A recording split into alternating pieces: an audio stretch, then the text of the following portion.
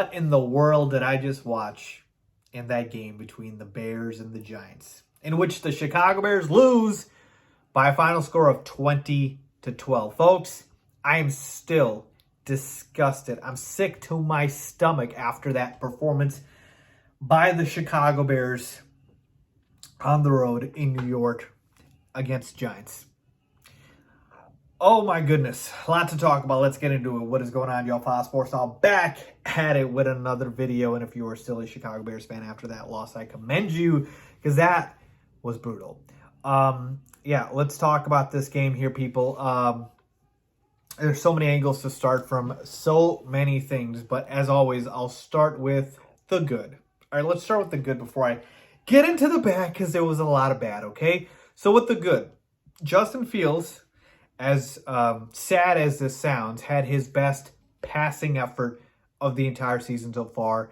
11 for 22, which isn't very good, 50% completion, for 163 passing yards. Again, isn't very good, but Justin Fields did have, to his standards, a better passing game. And fun fact for you guys, not really fun for Bears fans, but fun in general, Justin Fields' passing yard line was set before the game at 148.5. That is the lowest passing yards line a sports book ever had for a starting quarterback. Just saying. Yeah, 163 passing yards. But honestly, folks, Justin did look decent in this game passing the football, as evident by the fact that Darnell Mooney finally had a good game. 4 catches for 94 yards, by far his best performance of the season. And when we take a look at Justin, he could have had a lot more. Dante Pettis dropped a perfectly thrown ball by Justin Fields. We had a couple other ones. The backup tight end, Wesco, he dropped an easy one. And there were plays to be made by the receivers, and Justin can't catch it for him, right? So he did his job in terms of delivering the football. Absolutely could have been better, but I thought Justin, just from a passing sense, had a great, not a great game, I should say that, had a decent game, and certainly the best one by his standards, which still isn't very good. Khalil Herbert, 14 rushes, can't even read right here, 19 rushes for 77 rushing yards. And he was solid. Certainly did get outplayed by Saquon on the other side, who had 31 carries for 146 rushing yards. And Saquon, literally, his back must be hurting because he carried this Giants team. He was their entire offense, as I told you guys. You don't stop Saquon, you don't beat the Giants. That's what happened today.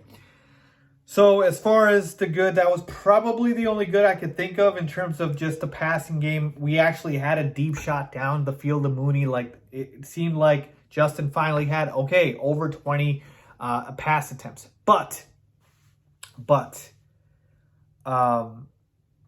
taking a look at the bad here, folks, there was a lot of it, okay? I already talked about the receivers dropping the football, and the defense. They could not stop the run to save their lives. I mean, how tiring was it to just watch Daniel Jones with the damn play action and rolling out to the left side, touchdown, like that was like rinse and repeat, the same exact play. The Bears defense fell for it. Saquon Barkley ran all over us, 146 rushing yards. The Bears rush defense might be the worst in football.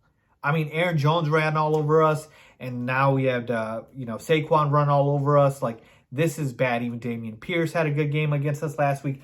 This Bears run defense is pathetic, and it showed today.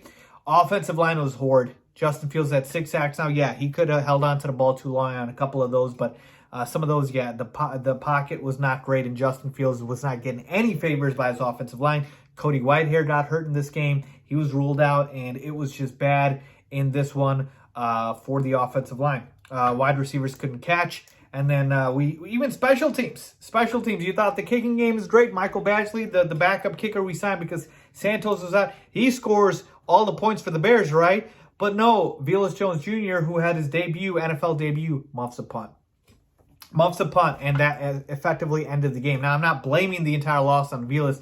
The Bears had plenty of chances to score here, but it just goes to show you that, a guy like Velus, who I thought would come in and give us a spark, can't even get it done on special teams. Maybe he should have gotten into more of a rhythm. Could have used it more on offense, but didn't happen.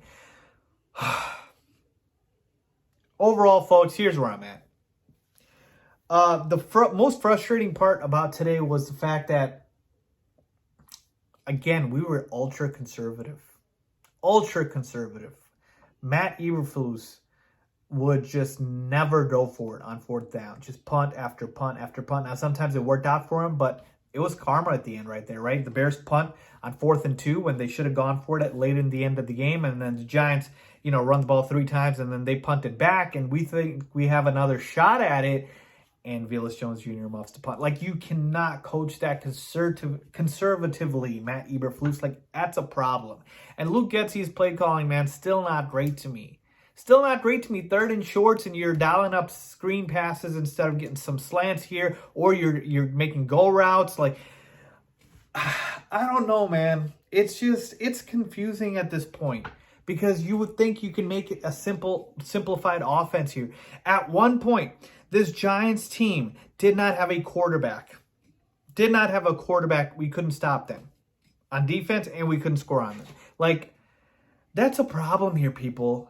Okay, and, I never want to root for the Bears to lose, but I just really feel like it will humble this coaching staff if they see these losses pile up, because they should know that their stuff is not working, right? If you dial up a bad play calling game, or you have a bad coaching game, but somehow you come out with the victory, you think, oh, it's working for me, I'm good. No, I need the Bears coaches to stop thinking too highly of themselves. Like, Matt Eberflus needs to understand he cannot be this conservative.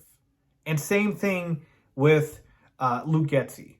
So to me, I didn't like anything about the game today. Overall, man, this was just a complete mess.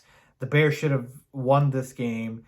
And you lost it based off of coaching. You just did. I'm sorry. Like, the defense and the offense, everywhere, everybody was bad. Every unit, right? Special teams was bad. Defense was bad. Offense was bad. Like, there was no glaring signs of positivity in this game. Again, I want Justin Fields to develop here. He was okay, nothing special. Like, right?